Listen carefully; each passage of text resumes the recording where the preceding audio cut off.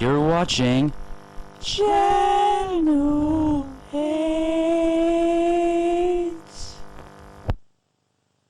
It's the Channel 8 Player of the Year Award Show with your host, Chukka Wilson and Pie Man. Welcome your host to the show. Hello and welcome to the show. I'm Chukka Wilson and here's Pie Man. How have you been this last week? Oh, look, it's been an interesting week, but of course, Steroids all what all about now. Absolutely. Panton Hill defeating St Francis in the under-16 semi-final. They will go into the grand final against Riverside. And what happened to Riverside? Well, Riverside had a very big win against Thomastown after making 260 runs and bowling Thomastown out for 160. Yes, and what positions of the ladder were they? Riverside finished second and Thomastown third. Well, excellent. Well, Thomastown were one of the few, they were the only team, in fact, that beat Panton Hill this season. So it was quite a good thing for Panton Hill that Thomastown lost. Well, Thomastown had a late season slump with a couple of their key players getting out of form, but Panton Hill and Riverside are the best two teams in the competition, and, well, that's why they should be there, and they are there. Absolutely. On March 17, we will be presenting, this is Channel 8, we will be presenting the grand final at South Morang's new ground, which is at Mill Park. Yeah, Mill Park Lakes it's in, so it's a lovely ground to be at. Yes, and Channel 8 will be there. This is the Player of the Year Award. We have calculated the 3-2-1 of the entire season, and we, the viewers, and us, the hosts, are here to go through it and see who is the best player for Panton Hill this season. So, we will take a break, and when we return, we'll start the count. Round 1, Panton Hill versus Research at Research. Result, match tied. Well, this is round 1, Panton Hill versus Research. Now, Channel 8 was not there, so let's have Pie Man discuss it. So, match tied, so let's see what you think about the match. Well, it was an interesting start to round 1. Panton Hill batting first, making 230. Bradley Mitchell making a fine 60. Ty Gilmore also made 60. Heath George 30, but the big thing, John Legasic, the recruit from Yarrambat, started off with 30 not out, and that showed big things for him. On the smaller ground, it was always a gettable total, and Research were always in amongst it, and eventually, despite a Ron McDougall 4-wicket haul, they got the tie with 2 needed off the last ball. They only got the single. So, it was a close game, but pretty much Panton Hill probably should have won it, but well unto Research's lower order batsman. But it was an exciting game to be at, myself, and yes, it's a big start to the season with a tie in the first round. Yes, this was a rather controversial game because the captain, Bradley Mitchell, decided to leave the game early for his game in the afternoon, and that was considered a crucial decision that may have cost Panton Hill the match, and they didn't have their captain or their wicketkeeper. They came through with a tie, and Panton Hill had points in the first round. So let's see the vote sheet. Now, how did you, Pie Man, put votes for this match? Well, for round 1, I've got 1 vote to Ron McDougall, 2 votes to Ty Gilmore, and 3 votes to the skipper, Bradley Mitchell. And Chukka Wilson's votes, which are considered more important than Pie Man's, I have 1 vote to Bradley Mitchell, 2 votes to Ty Gilmore, and 3 votes to Rowan McDougall. So there you have it. After round 1, we'll take a break, and when we come back, we'll have round 2. So, after 1 round, we have McDougall on 4 votes, Mitchell on 4 votes, and Gilmore on 4 votes. Round 2, Panton Hill versus Yarrambat at Yarrambat. The result, Panton Hill 1. And we're into round 2, and Panton Hill capture their first win of the season, beating Yarrambat comprehensively at home. Yet to play a home game yet, but with points from each round. Pie Man, Channel 8 was not there, but you were. How do you feel about round 2 match? Round 2 started off interesting when they decided to open the game with Ty Gilmore, and he failed. But they then brought apart the big partnership between Bellingham and Mitchell, which set up the victory. Also, contributions from Heath George saw him get to 200. But it was the bowling performance of Ron McDougall, taking 5 wickets, meaning 9 in 2 matches, seeing Panton to the crushing 100-run victory.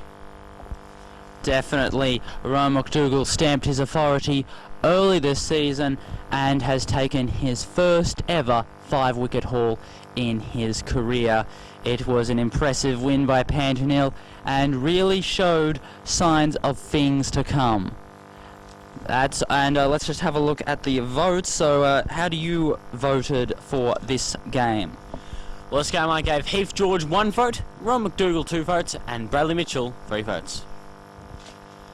Chukka Wilson, I gave 1 vote to Heath George, 2 votes to Bradley Mitchell, but I gave man of the match with his 5-wicket haul, 5 for 10, Ron McDougall. Well, that's round 2 for us, so we'll take a break here at Channel 8, and when we come back, we'll have round 3. After round 2, the leaders are Bradley Mitchell on 9 votes, Ron McDougall on 9 votes, and Ty Gilmore on 4 votes. Next match, Panton Hill versus South Morang at Panton Hill. Result, Panton Hill victory.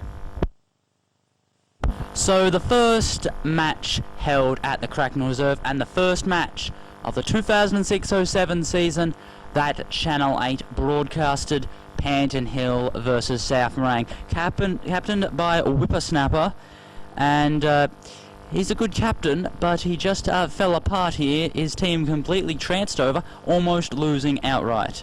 Talk us about us, Pie Man.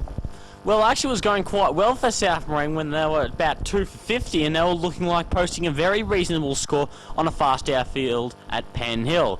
That, of course, didn't happen. They were rocked over for less than 80, and Panton Hill had absolutely no problems in making a big score before a declaration, and they got it outright. Unfortunately, it didn't work for the Hills, but the top 3 batters got some batting practice, and plenty of bowling options were used, including a wicket for Will Bateman, he's only for the season. Yes, this was a very interesting match. Whippersnapper holding the innings together when they... Did they win the toss? Yes, they won the toss, and he was holding it together. He made a quality 20, batting for a very long time, but in the end falling to Bellingham, and then that started the collapse, all out for 80, and South Morang were in deep trouble. There was a very controversial second innings by Panton Hill batting. They declared at 2 for 150 or so, and it was controversial because they weren't sure when to declare, whether they should have declared when Mitchell made his 50, or maybe they should have let him bat on to make his 100. In the end, they decided to declare when he was dismissed for 70-something off 40 balls, and in the end, only 3 people batted, so a lot of people were unhappy that they didn't get to bat against this South Morang weak bowling attack. Then there was a force for outright. Panton Hill not able to pull it off. The opening bowlers of Gilmore and Bentley and Barfield didn't get the wickets. In the end, Bateman got a wicket and Mitchell got 2 wickets. So it really was a lesson of life. When you're facing against a team that's just blocking, you need to bowl crap at them, so they'll start playing shots, and then they'll start losing some wickets. Well, I think Bellingham's example when his 2 wickets, with 2 full tosses getting the 2 wickets, including the opening batsman and skipper Nathan Garner, it really does show that some bad bowling does pick up wickets in Don Valley cricket. Yes, if a team is not playing any shots, you've got to bowl crap at them. Good bowling will only force dot balls. So that's one lesson for Panton Hill to be learnt and early in the season. Let's have a look at the votes for you, Pie Man. Yes, my votes went 1 to Bellingham, 2 to George, and 3 to Mitchell. Yes, Chukka Wilson's votes. I gave 1 vote to Bellingham, 2 votes to Bradley Mitchell, and 3 votes for his all-round performance, Heath George. Well, this is round 3. Any last comments, Pie Man, about South Morang and Panton Hill so far this season? Well, South, and they didn't end up getting a win, so they were heading in the direction which they ended up finishing. Panton Hill, well, they probably wouldn't be prepared for what was coming up, but still, they got off to the good start, 2.5 wins from 3 games. Yes, 2-0-1 so far, Panton Hill this season. We'll take a break, and when we come back, we'll have round 4 action. So, after 3 rounds, it is Mitchell on 14 votes, McDougall on 9, and Heath George on 7. We're up to round 4, Panton Hill versus Thomastown at Panton Hill. Match going to Thomastown. So we're up to round 4, and not a very friendly one for Panton Hill, suffering their first and only defeat so far of the season, going down by a matter of runs. Pieman, how do you feel about this match? Well, it started off nicely for Panton Hill, bowling him out for 130, Heath George taking 4 wickets, and Bellingham finding his best form of the season with a couple more wickets, with Ben Fitzgerald leading the way from Thomastown with 60, Sam Francis 20, and even at the end of day 1, 2 for 10, they had only lost Legasic and George, so they still had Mitchell and Gilmore in the shed. Unfortunately for Panton Hill, they just collapsed, and only Brad Mitchell and Alistair Bentley were able to score any type of runs as they were rolled over. Yes, Thomastown's batting performance was abysmal, being bowled out for 120 odd, and it looked all over, but they got some inroads early with getting rid of George and Legasic before stumps. And in the cricket show of that week, I actually said that Panton Hill had to work hard for the win, and it wasn't going to come easy. In the end, I was right, them collapsing and being bowled out before they reached the total. The classic scene of that match was seeing Will Bateman being bowled with a spinner and him thrashing his hand down at the pitch in anger that he'd just thrown his wicket away and he'd thrown the match away. Any more comments?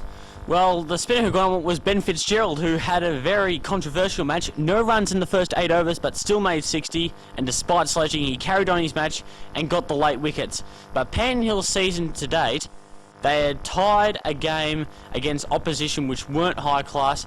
Their 2 teams they had beaten were end up finishing 2 of the bottom 3 teams, and of course they lost this round. So where were Panton Hill in terms of where they wanted to be? Were they a team to make finals? They weren't sure at this stage. Yes, Panton Hill were not that confident about their performances.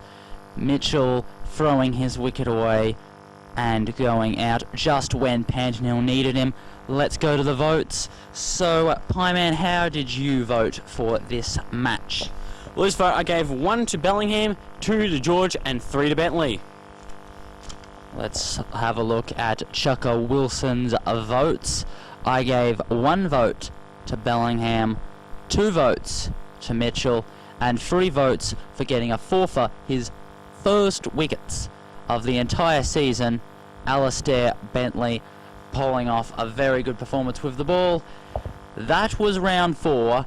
Panton Hill needed to get back on the winning form. They were 2-1-1 at round 4. We'll take a break, and when we come back, we'll have round 5. So, after 4 rounds, Bradley Mitchell is on 18 votes, Roy McDougall on 9, and Heath George on 7. Round 5, Panton Hill versus Whittlesea at Whittlesea. Result, Panton Hill victory. So we're up to round 5 here. Panton Hill defeating Whittlesea and back on the winners list, taking Whittlesea completely apart at Whittlesea. So Channel 8 wasn't there, so Pieman, how do you feel about this particular match? This match was really a batsman's paradise, despite early signs that it might be a bowler-friendly deck. Panton Hill in the first innings making 240, led by Bradley Mitchell's third career ton, and also Ron McDougall's 30, giving him the form that he needs for the rest of the season. The bowling performance wasn't that flash, however, with Bradley Mitchell having to bowl himself plenty of overs to help his side eventually get the win by 90 runs, but when Whittlesea has the scorecard 9 for 150, show Panton Hill's dominance in the match, which they showed first week.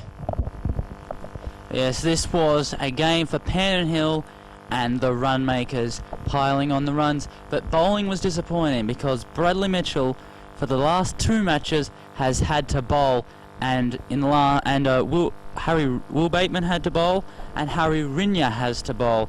So it was a rather disappointing performance from Panton Hill with the ball, that they've had to use their other bowlers and not been able to take the wickets with their strike bowlers. So, Pieman, how did you take the voting for this particular match?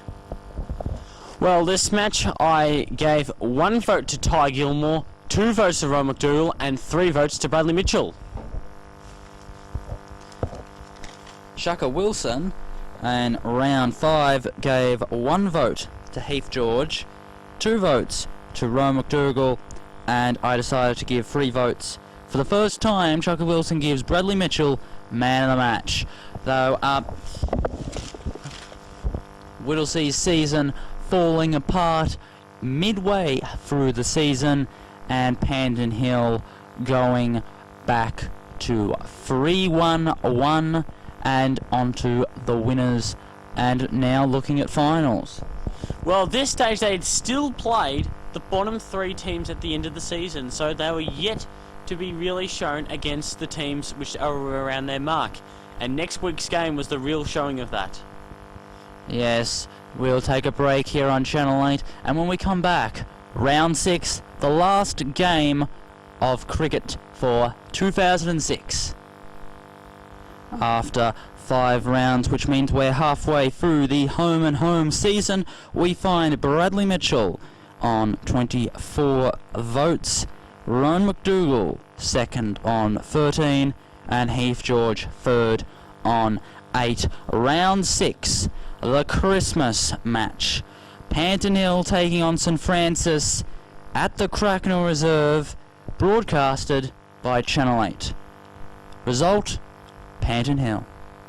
So, the last game of 2006, and what an incredible game, broadcasted by Channel 8 and kept getting replayed throughout the Christmas break. Pieman, how did you feel about this match?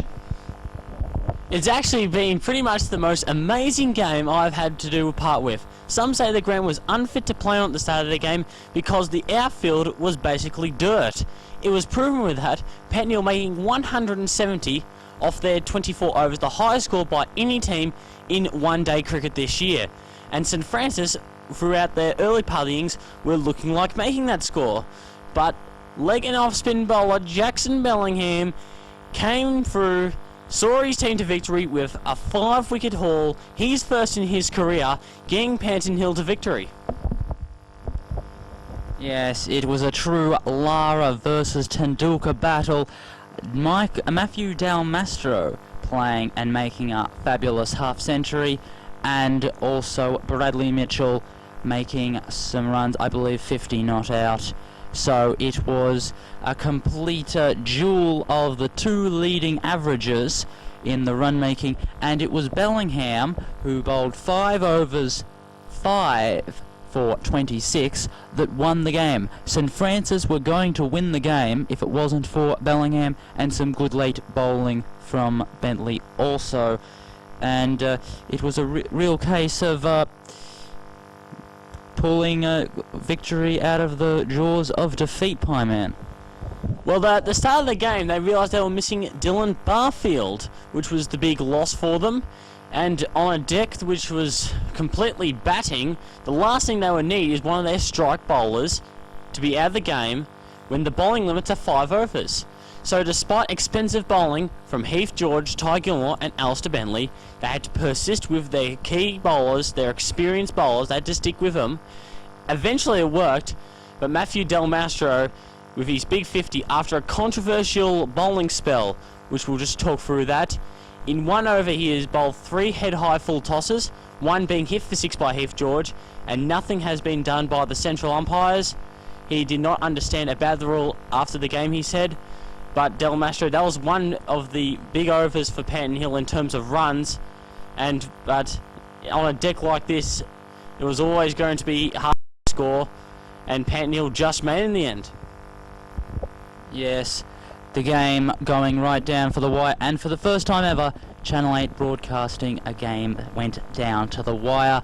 It was a rather disappointing scene having Del Mastro bowl those full tosses, and it is a delicate issue having Channel 8 question umpiring through the contractual agreements, but we do say that the umpires need to know the rules, especially a rule that results in getting the bowler kicked off. It really is. We need to see it enforced to make sure that bowlers don't think that bowling full tosses can be a strategy. So, Pieman, how did you put your votes for this match? Well, my 3, 2 and 1. 1 vote to Heath George, 2 votes to Bradley Mitchell, but on a bang deck, it's surprising that the 3 votes go to a bowler, Jackson Bellingham. Round 6. I gave 1 vote to Heath George, 2 votes to Bradley Mitchell, and also the bowler, and the only reason that Panton won this game, Jackson Bellingham, gets 3 votes. So that is round 6, and Panton will get to go to Christmas very pleased. Their worst enemies, or their best enemies, depending on what type of English skills you use, St. Francis getting defeated. It was one heck of a match, and everyone around the ground loved it. St. Francis crowd did not. So, at the end of the break, we'll come back with round 7, but it's the Christmas break. So, after 6 votes, Bradley Mitchell leads the way on the votes with 28 votes. Ron McDougall in second place on 13 votes, with Heath George and Jackson Bellingham are tied for third place on 10 votes. Round 7 action, Panton versus Riverside at Riverside. Result, Panton victory. So it was another cracker of a match. The first game of 2006, with Panton pulling a victory, an incredible victory out of Riverside. Riverside absolutely gutted that they'd lost this one. Pieman, how did you see this game?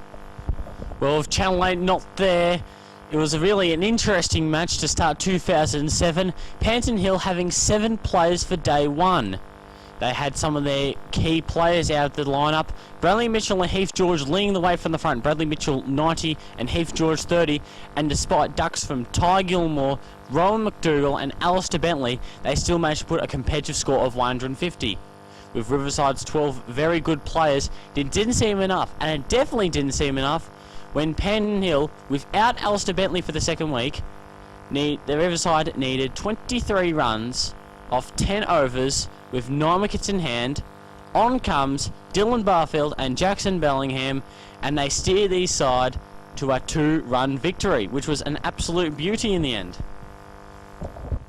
Yes, the cricket officials will be very happy seeing another game down to the wire. That'll really boost the membership and the viewers. Panton Hill also, for the second time, won a game that they should have lost, which was very pleasing to them to show their self-confidence. And this was a rather controversial match also, because Panton Hill, as you said, came in with 7 players, and it really shows the lack of organisation with Panton Hill's under-16s, that they were unable to call up reserve players from their second 11. It's rather disappointing. Any other comments, Pieman? Well, yes, this actually showed Panton Hill the self-belief which would get them a final spot.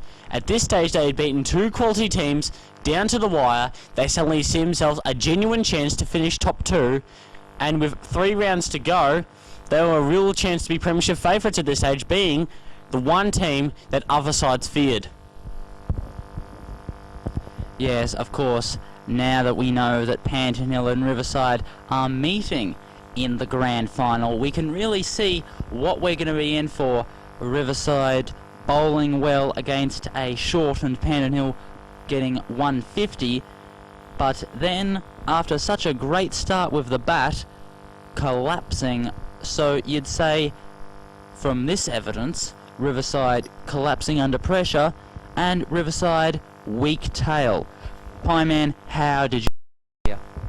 Well, my votes sees 1 vote to Jackson Bellingham, 2 votes to Dylan Barfield, and 3 votes to Bradley Mitchell.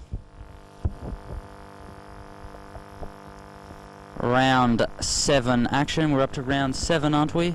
Yes. 1 vote to Bradley Mitchell, 2 votes for another great bowling performance from Jackson Bellingham, but the man of the match, the more single player, this time with the ball, that pulled off the victory, Dylan Barfield. He gets 3 votes. We are 7 rounds into the season. When we take a break, we'll come back with round 8. So, after 7 rounds, we find Bradley Mitchell on 32 votes, and Jackson Bellingham and Ron McDougall on tied 2nd and 3rd position on 13. Here we have round 8 with Channel 8 Broadcasting, Panton Hill versus Research at the Cracknell Reserve. The winner, Panton Hill victory.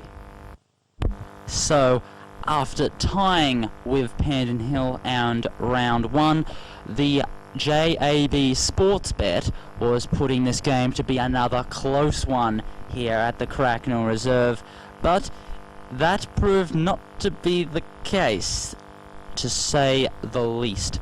Pieman, what an uninteresting match as far as climax is concerned, and one heck of a good match for Panton Hill. Well, as seen throughout the season, Research playing the smaller grounds showed weakness in their bowling. So when they elected to bat on the opening morning, they knew they needed a big score on a Panton Hill ground with a lightning fast outfield. Panton Hill did not need to bowl either of their spinners, as Research off 19 overs got bowled out for 33. An amazing result considering they made 200 runs more in round 1. Panton Hill, despite losing their opening batsman cheaply, were still able to manage 8 for 280, including shining lights shown from Luke Balding and Harry Rinier.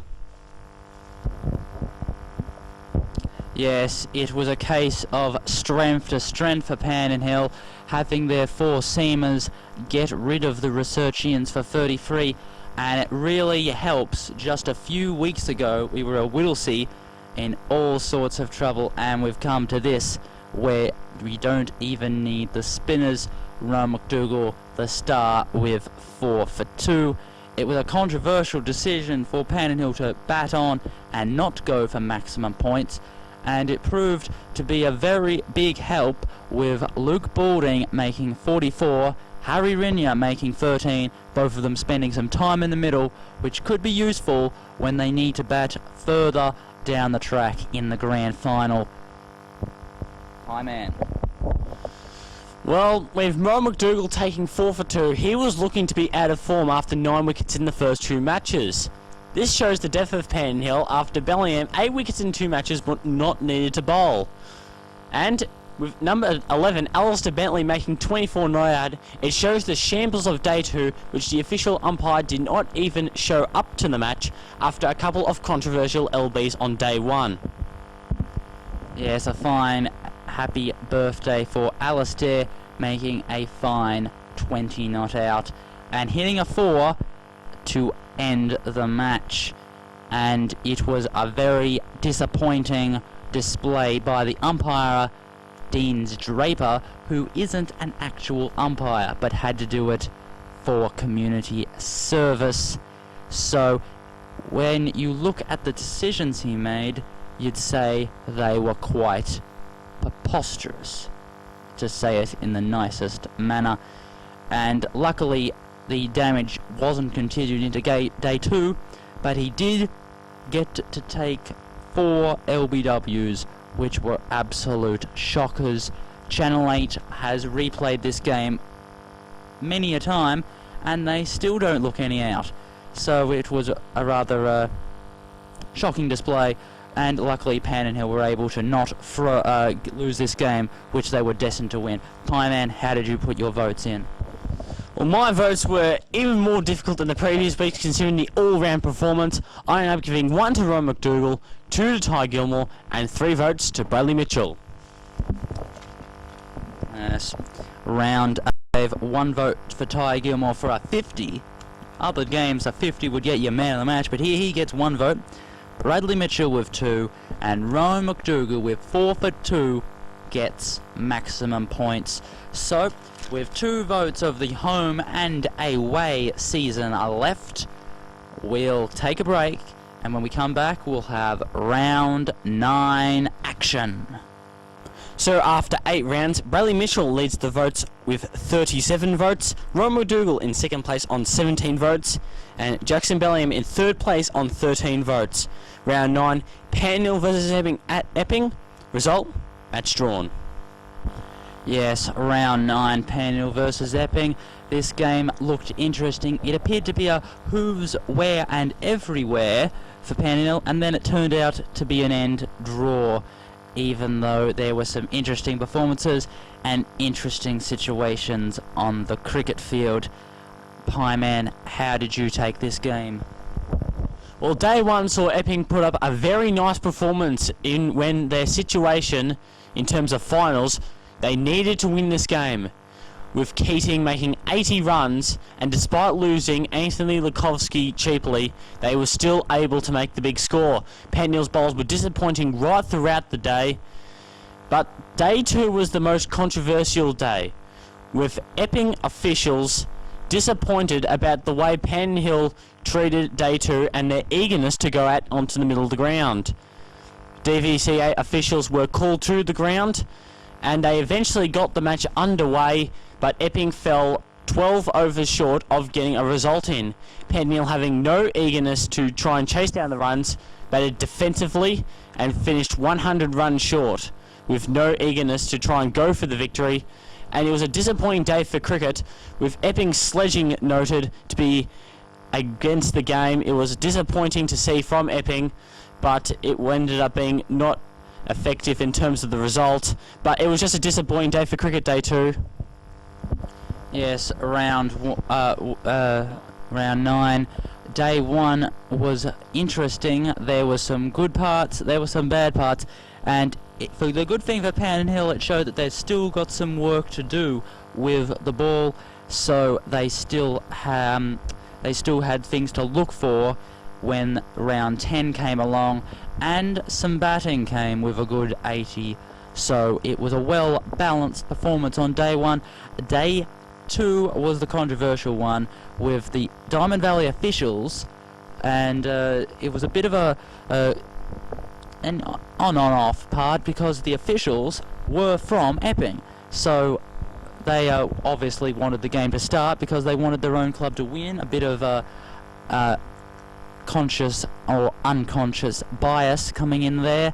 And also when Mitchell complained about the sledging from Epping, it would less likely have been applied to the Valley because of that bias. So Pieman, how did you feel about those officials? BVCA officials should be neutral when on duty, and on this particular day I don't think they were neutral. I think they were towards the Epping team, but in the end the right result came out in terms of the day. With a rain delayed start, an hour and a half being lost to rain, I think the only result that should have happened was a draw, and that's what eventually happened. Yes, even though Heath George did the bulk of the performance with his batting and bowling, I think that really for gamesmanship it was Bradley Mitchell, because Bradley Mitchell was the captain. He was the one that complained about the sledging. He was the one that was fighting for his team to save the match, and he was the one who was very disgusted at going out. So it was a case of Mitchell very maturing, because a couple of seasons ago I've been very disappointed with his captaincy and his gamesmanship. Here he was a perfect sportsman in his performances. Pieman, how did you put the votes in? Well, my votes for this match: 1 vote to Alistair Bentley, 2 votes to Dylan Barfield, and 3 votes to Heath George. Chukka Wilson put 1 vote to Alistair Bentley, 2 votes to Dylan Barfield, and for his all-rounded performance, Heath George, I decided not to vote points on gamesmanship, which I would have given Bradley Mitchell maximum. So the one-day game at the Cracknell. Any last comments about this interesting match, Pieman? With the draw, it sealed Panton Hill's fate as finishing in the top two, which would eventually lead to a home semi-final. For Epping, they needed results to go their way to end up finishing fourth, and would then play Panton Hill in the first semi-final, which would bring nothing but controversy. But we'll see how round 10 goes. Yes, as we do know now, Epping didn't make it into the finals, interestingly, so I think it's best to put that to bed. And Epping would have were saying that it was a rather unfair call that Panton Hill were in first place, that they didn't deserve to be in first place. So Epping having to eat their words here at the Epping. Well, yes, Epping were saying that they were guaranteed to make finals at the end of round 9, saying the results would go their way, but eventually it didn't happen for them, and they were the ones watching for the boundary, watching that semi-final game. Yes, so we're coming up to round 10 here at Channel 8. Round 10, the last game of the home and away season. So, with one round of the home and away season to go, we see Bradley Mitchell with 37 votes, Ryan McDougall on 17, Heath George on 16. Round 10, the one-dayer at the Cracknell Reserve with Channel 8 broadcasting, Panton Hill taking on Montmorency. Result, Panton Hill victory. Heath George on 16. Round 10, the one-dayer at the Cracknell Reserve with Channel 8 broadcasting, Panton Hill taking on Montmorency. Result, Panton Hill victory. So the final game of the home and away season, Panton Hill taking on Montmorency. JAB Sportsbet put Panton Hill at $1 and Monty were on $45. Pieman, they were right, weren't they? Montmorency were really the big disappointments in season 2006-07, with so many good players including Diamond Valley representatives, and yet there were no chance of making finals going to the final round. Comments were made before the game and during the game by Panton Hill players about this, who had already sealed up the top 2 position. While Montmorency were bang, they had nothing to gain apart from Daniel Lehigh, who made a half-century not out opening the batting, with not much else contributed. Panton Hill bowlers not quite finding form, with no standout bowlers and no standout batsmen, with top scorer 21 from Heath George and Ty Gilmore, as Panton Hill lost 6 wickets on the way to chasing down the target with 5 overs to spare. The highlight of the match, and probably the main highlight altogether, Ryan McDougall hitting a 6 to end up chasing down the total. Yes, Monty's batting was rather disappointing, especially with their opening batsman Leah batting the entire 24 overs and making the 50 not out, and it was disappointing that he should have batted a bit faster, and also that Monty decided in the crucial periods in the late teens and early 20s overs to send in Matt Miller and the other batsman, what's his name? Clark. Yes, Clark, when they should have been bringing out Matt Moran, the sloggers, but instead they brought small fellows who aren't very strong and weren't able to slog to get the score a bit higher. That was right, wasn't it, Pieman? Yes, Clark was really mainly a bowler in the lineup, but also did a little bit of defensive batting. But the game ended in the first over for Montmorency. Chris Strongman conceding 13 runs off the bat and 4 extras, 17 runs off the first over. Bellingham taking Strongman to the cleaners with 3 boundaries down to third man. It really shows, despite having a deep extra cover and a deep backward point, Bellingham was still able to pierce the 2 and pick up those runs in the early stages, which eventually really hurt Montmorency in terms of defending the total. Yes, straight away. It basically sealed the match with everyone, Bellingham, George, Mitchell, Bentley, all spending some time in the middle and getting good starts, but then going out, which was kind of disappointing for Panton, ending up 6 wickets down when they chased down their total. Pieman, any other comments, and how did you put your votes in? Well, really, it's a difficult game to put votes in because there were no standard performance right through the whole match. I managed to do it, however. I gave 1 vote to Ron McDougall, 2 votes to Heath George, and 3 votes to Ty Gilmore. Yes, Chukka Wilson's votes had Dylan Barfield get 1 and Heath George getting 2, but man in the match performance with his all-round solid bowling and solid batting was Ty Gilmore. That ends round 10. Panton Hill to take on St Francis at the Cracknell Reserve with Channel 8 broadcasting, and then we have Riverside taking on Thomastown to decide who is at the grand final. Of course, we now know it is Panton Hill Riverside.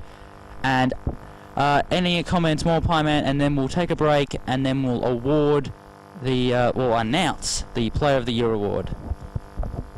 Well, yes, Panton Hill eventually finishing on top because of a draw, rain-affected draw between St Francis and Riverside, ending any chance of Epping making finals, and Thomastown's victory over South Morang sealed their spot in 3rd, meaning they would play Riverside in the semi-final.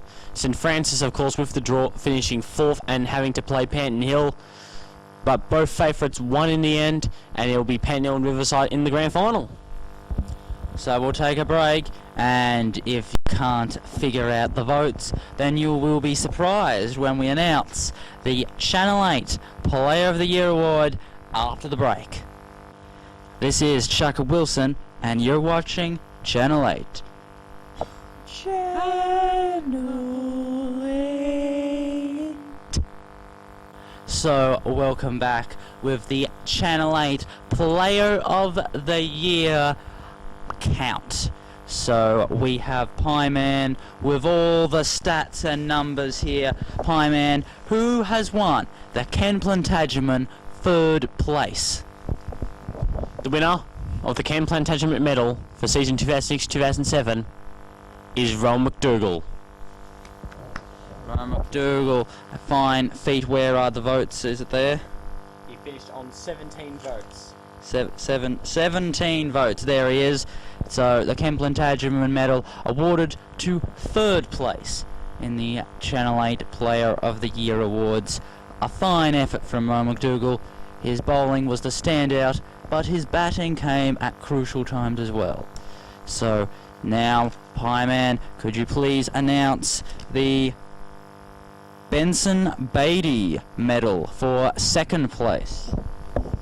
The winner of the Benson Beatty medal for season 2006-2007 is Heath George. Heath George has absolutely excelled as a batsman. He's averaging in the 30s this season, which is a fine feat for the young man. He's had some games in the Panton Hill senior ranks in the 3rds and the 4ths, and it will be sure good assistance for him next season when and if he plays on in the future years. His bowling was as good as it has ever been, inconsistent at times, but quality all the same, and he is definitely learning as a spin bowler. And now, Pieman, can you please announce the winner of the Pieman 1st place for the Channel 8 Cricketer of the Year award?